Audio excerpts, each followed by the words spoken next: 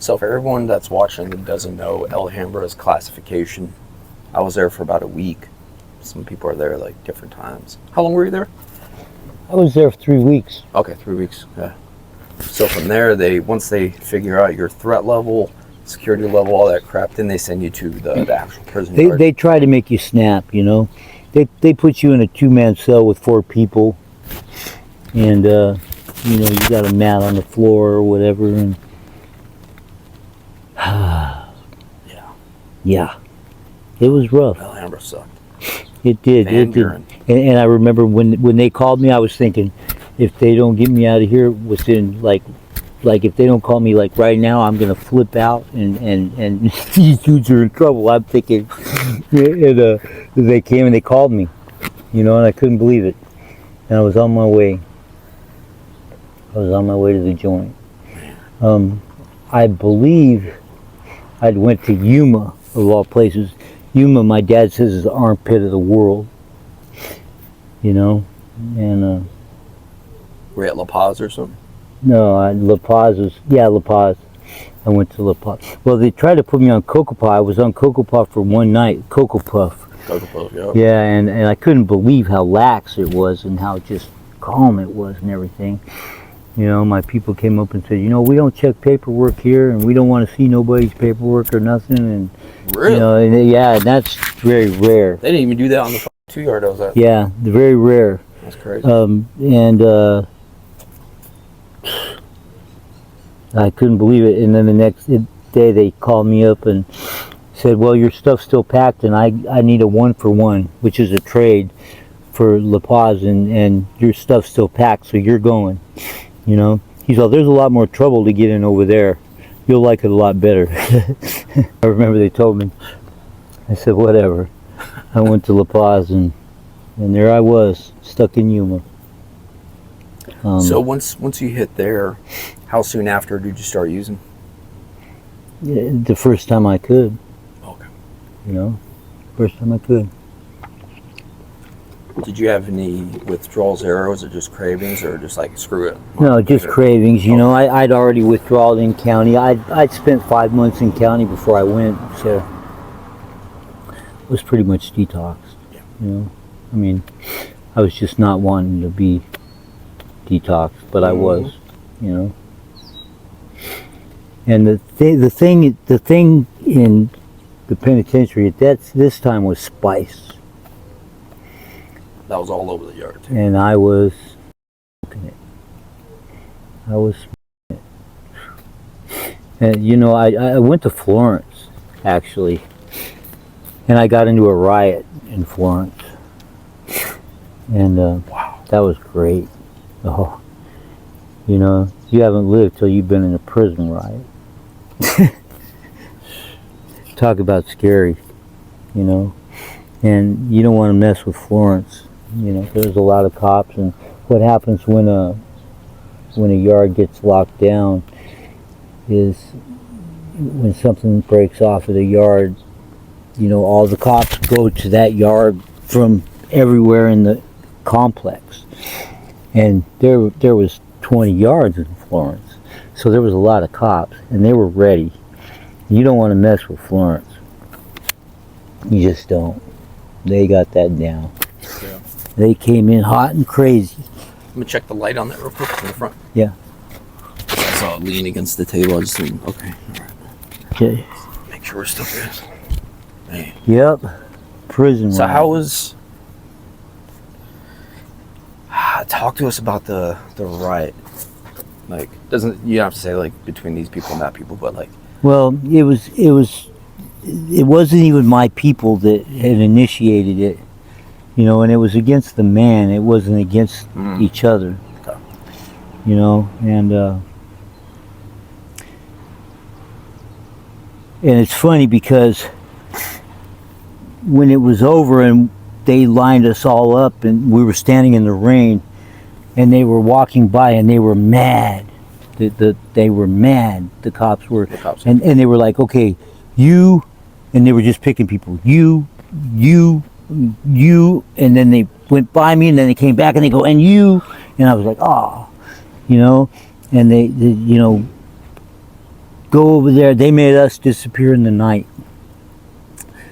We were guilty till proven innocent, and I went through a interrogation that was like drill sergeant stuff, you know, and questioned and everything, and I didn't, you know, I didn't say nothing. Yeah. And they were just so mad, you know, and they're very violent. When they came in, they had dogs and guns with rubber bullets and bean bags and all that stuff, and they were shooting people and letting the dogs attack people and everything. I mean, and these are big German Shepherds, and they're trained to kill. And some people got hurt, you know, pretty bad. And I ended up disappearing in the night, putting on a bus and disappeared in the night from my yard, and I wound up at Florence, at Riding Unit, 4 yard overnight, and where I resided for a while. And when it was all said and done, the captain came in and to see me for my ticket, my what was it, like an A3, participating in a riot ticket. That's what it was for. And that's a very big bad ticket, and I was one of 13 people that beat the ticket, you know, and wound up back on a lower yard, and I didn't even want to go. I liked Really? where I was. You liked the 4? Yeah, I did. The structure? Oh yeah, Okay. I did. Were there less I was people? working out in my cell and Yeah. just everything. I was just really doing it, you know. I liked my cellie. He was cool. He was good people, and we had fun. We laughed and you know, we sure did. As long as you have a good celly, time is good, dude. Yeah. Just like when I was in county, I told a video about it. As long as you have a good celly, I don't mind being in the tower. Slam down. Mm-hmm. I hate the dorm setting, bunk beds and all. Oh yeah, the dorm is just like a warehouse full of people with double beds everywhere. You know, like double bunked beds, one on top of the other. Yeah, there's a big difference. So from the 4 yard, where'd you go after that? After I beat the ticket, I ended up going back to Whetstone. Oh, here in Tucson. Yeah, Wilmot Prison. Yeah, good old Wilmot Prison. And you finished, or they did the 85%? Okay. Kicked out. Well, your SED is calculated at 115%. And when I violated parole and went back, I had to stay till that. So, yeah, my SED, my sentence expiration date, was called. So when you got out, I was healthy as could be. I had an arrogance about me even, you know, and I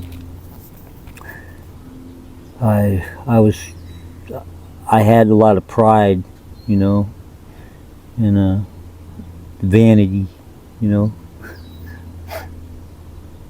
One good thing in prison, you don't get to look in the mirror too much, you know, and really see anything. The mirrors are just kind of this little cloudy thing that you really might see something that resembles you in there, but not much. I hadn't known, you know, how big I'd actually gotten. I had no idea. And I noticed that when I had gotten out and I looked in a real mirror. Wow. It was a lot of work.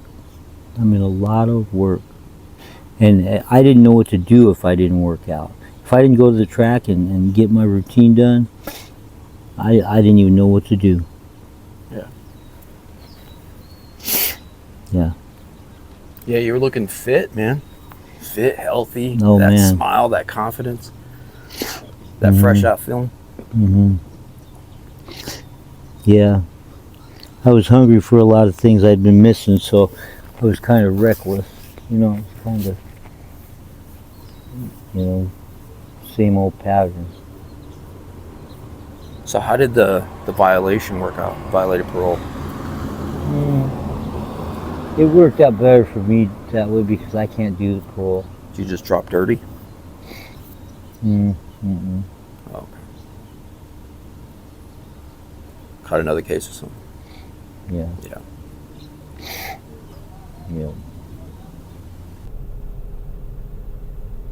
All right, guys. Sorry about that. The phone overheated and it just turned off. So we're in the car right now.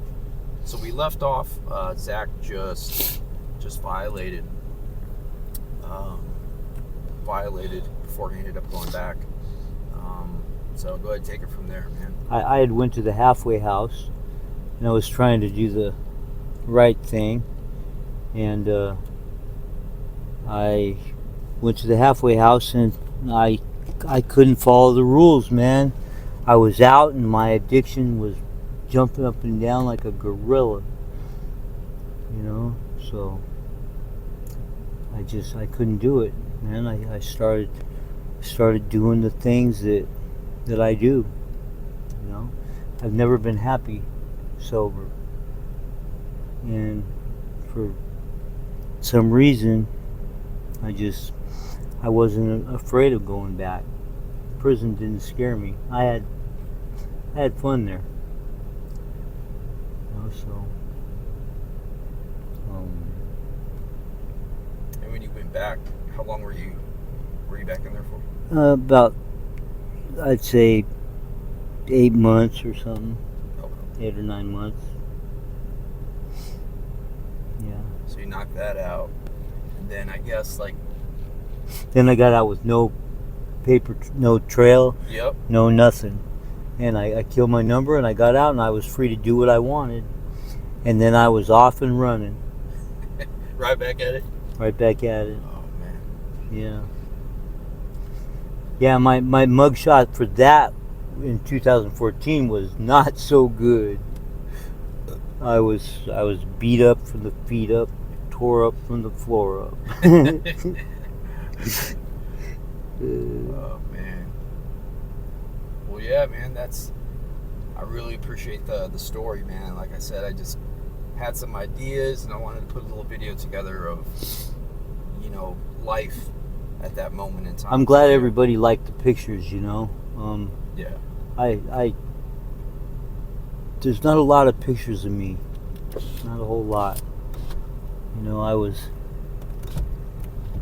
definitely I definitely looked good enough to be in pictures. I just wasn't important to me, you know.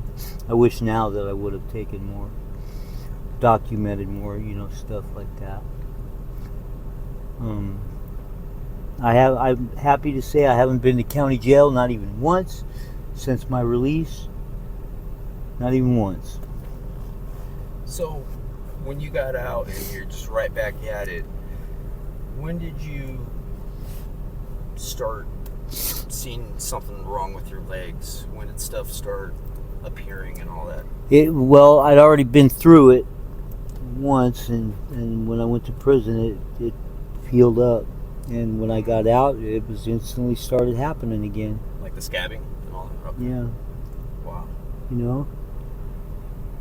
There's a bad bacteria or some kind of a living microorganism or bacteria, you know, in the drugs. And I don't know if it's on purpose or what, but yeah. I bit off some more of that, and you know, here I am. I've suffered ever since. Suffered ever since. Yeah, that's the reality right now, man. That's how it is. I'm so glad that they changed their views on prison, and they changed the way that things were, because, you know, I was thinking I'm going to have to leave Arizona because I don't look good in orange, and I'm going to be wearing it all the time. Yeah, it's going to be the same cycle. You know, yeah. Revolving door. Yeah, for real. I'm so glad that things are changing, and they're realizing now that it's not so much of a crime as a sickness. You know?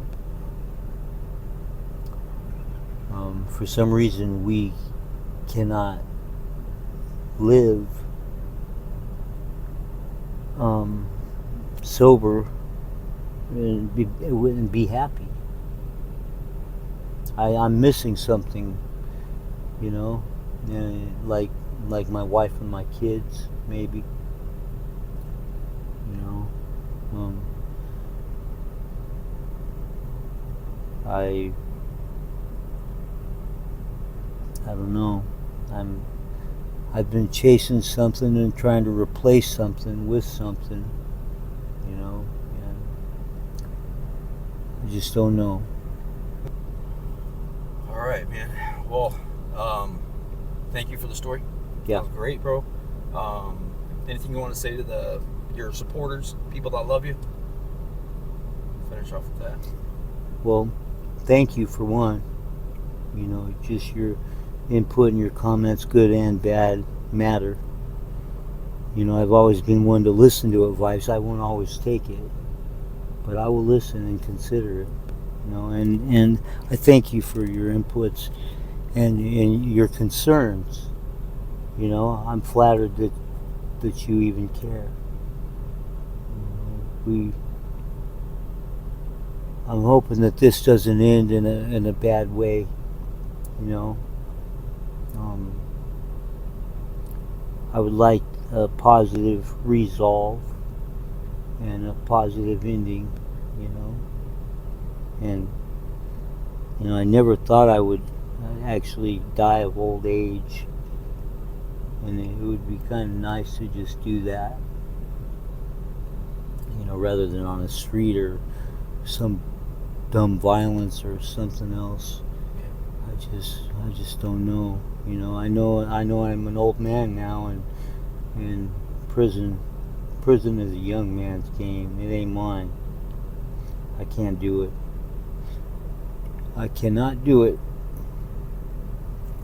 I will say that I got in better shape than I've ever been in my life, and I pushed myself beyond the limit, you know, and I knew I could do it. I was very proud of myself, you know, and very, you know, and it took so long to build it, but it didn't take that long for it to waste away, you know.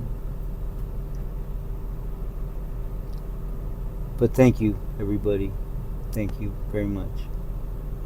All right. Thanks for watching. Peace.